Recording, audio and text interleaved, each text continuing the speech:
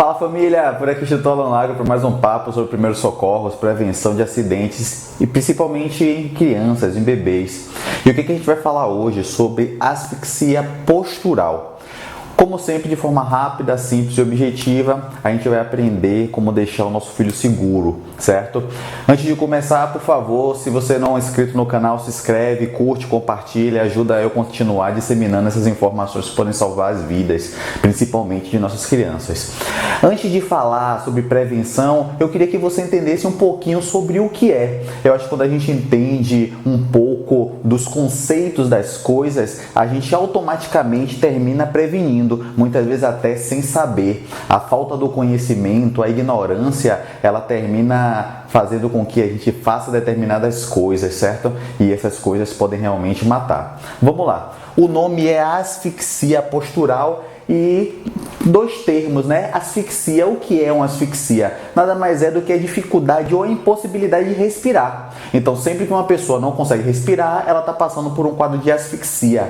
Se eu digo que essa asfixia ela é postural, significa que ela não está conseguindo respirar ou está tendo dificuldade na sua respiração de acordo com a sua postura ou a sua posição. Então, você também pode ouvir, né, pesquisar e ouvir falar em asfixia posicional. O fato é, esse bebê, de acordo, né, devido à sua posição, ele não consegue ou tem uma dificuldade de respirar.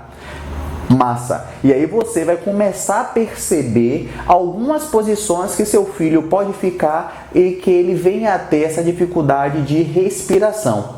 Os bebês, eles têm alguns agravantes e é interessante a gente entender esses agravantes. A cabeça da criança ela tem um peso desproporcional ao resto do seu corpo.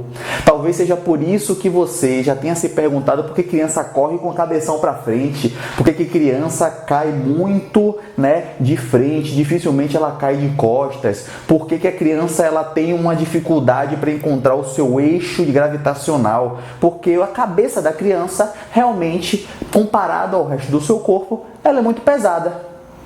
Um outro agravante é que a musculatura da região do pescoço da criança ela ainda não é bem formada, não é bem desenvolvida. Não é à toa que quando a criança nasce, quando o bebê é pequenininho, a gente tem aquele cuidado com a região do pescoço, com a região da cabeça.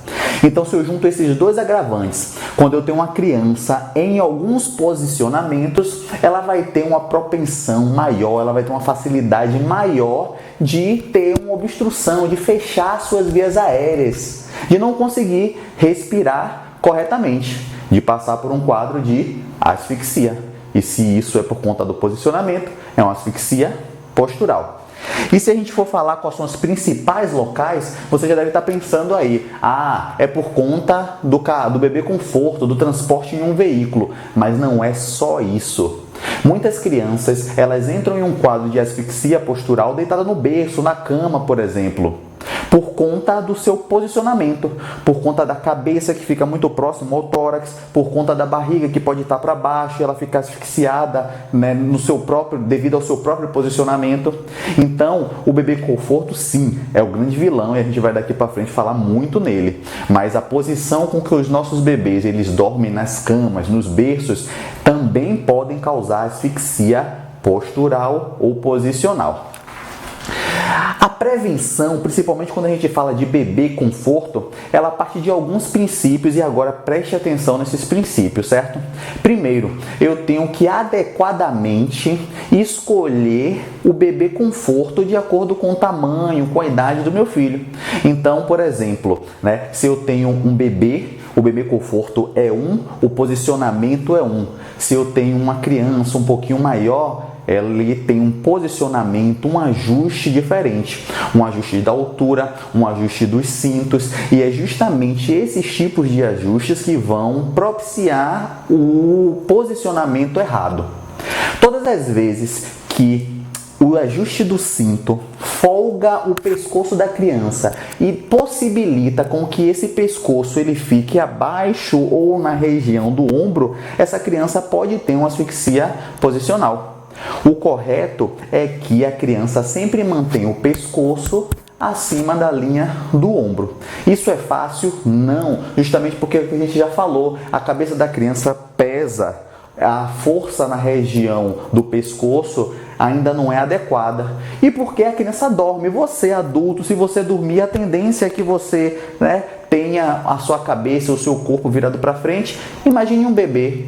Então o ideal é que a criança utilize somente o bebê conforto durante o trajeto do veículo. E aí você vai falar assim: Alan, meu filho, toda vez que entra no carro, ele dorme. E eu vou te falar, o meu também. Pois é, porém a gente tem que ter cuidado para que essa criança durma apenas no veículo. Muitas vezes cometemos os erros de deixar um período muito prolongado daquela criança, além de dormir no carro, dormir fora, dormir em um restaurante, dormir em casa. Muitas vezes o bebê conforto, ele é retirado do carro com a criança dormindo e a criança fica dormindo no bebê conforto, até acordar. E isso é errado. O bebê conforto não foi feito como dispositivo para dormir, mas sim como dispositivo para transportar e transportar com segurança. Em viagens longas, as crianças elas devem ser retiradas, o carro deve parar, as crianças devem ser retiradas desse bebê conforto e mudado o seu posicionamento. Sabe por que tem que mudar o posicionamento? Porque é você que está assistindo. Se você pegar o seu queixo, botar aqui no pescoço, você vai ver que até a minha voz mudou. Imagine o meu padrão respiratório. Imagine o padrão respiratório de uma criança. Quando a asfixia postural acontece, nós temos basicamente dois problemas. O primeiro problema é a diminuição do oxigênio. A criança respira menos, absorve menos oxigênio. E o segundo problema é o acúmulo de CO2, porque a criança ela não consegue pôr para fora isso também. E aí, nesses dois problemas, nós precisamos resolver. Primeiro, a gente precisa reposicionar a cabeça dessa criança. E existem alguns dispositivos que ajudam isso. Existem, por exemplo, algumas almofadas que reposicionam o corpo dessa criança, fazendo com que elas mantenham a cabeça ereta, ou pelo menos que não debrucem tanto a cabeça sobre os seus ombros. Existem alguns tipos de cinto para a cabeça que são encaixados no bebê conforto e fica meio que prendendo a cabeça da criança para ver se ela não deixa essa cabeça virada para frente. Enfim, existem esses métodos de prevenção. Porém, a maior prevenção é realmente a gente deixar essa criança o maior período de tempo acordada ou assistida durante o transporte. Você pode utilizar, por exemplo, um retrovisor que você consiga ver a criança no banco do fundo e se ela apresentar algum período prolongado de inconsciência, você realmente mexer nessa criança, parar o carro, olhar para trás, ver se essa criança está bem, não confiar simplesmente que você está viajando em uma estrada durante 3 horas e essa criança dormiu 3 horas seguidas com essa cabeça posicionada, mal posicionada inclusive.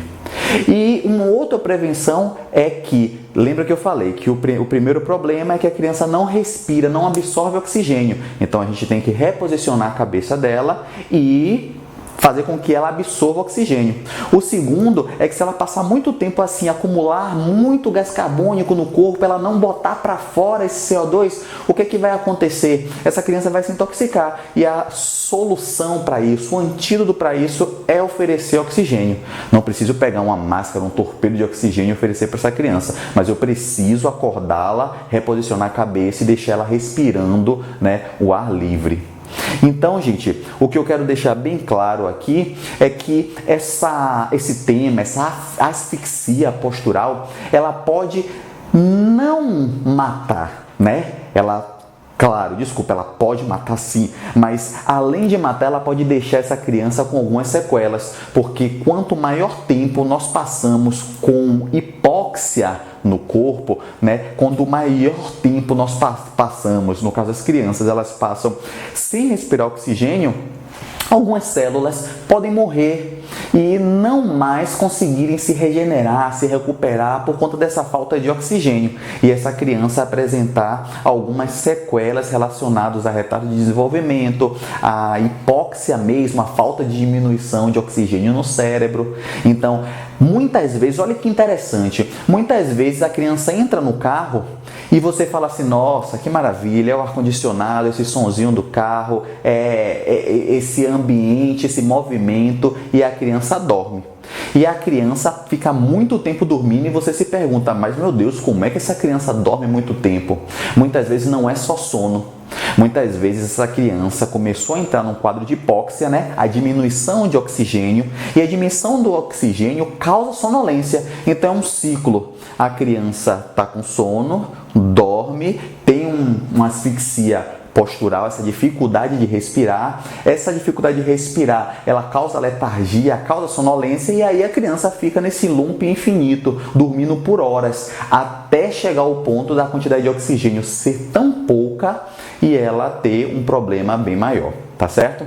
Gente, vou pedir novamente, certo? Distribua esse vídeo, compartilhe com quem tem um bebê, com quem tem uma criança, porque isso pode ser útil para alguém. E deixo o meu abraço para você. Até a próxima, né? E continue aqui, se inscreva, faça aí a distribuição do jeito que você quiser. O meu forte abraço.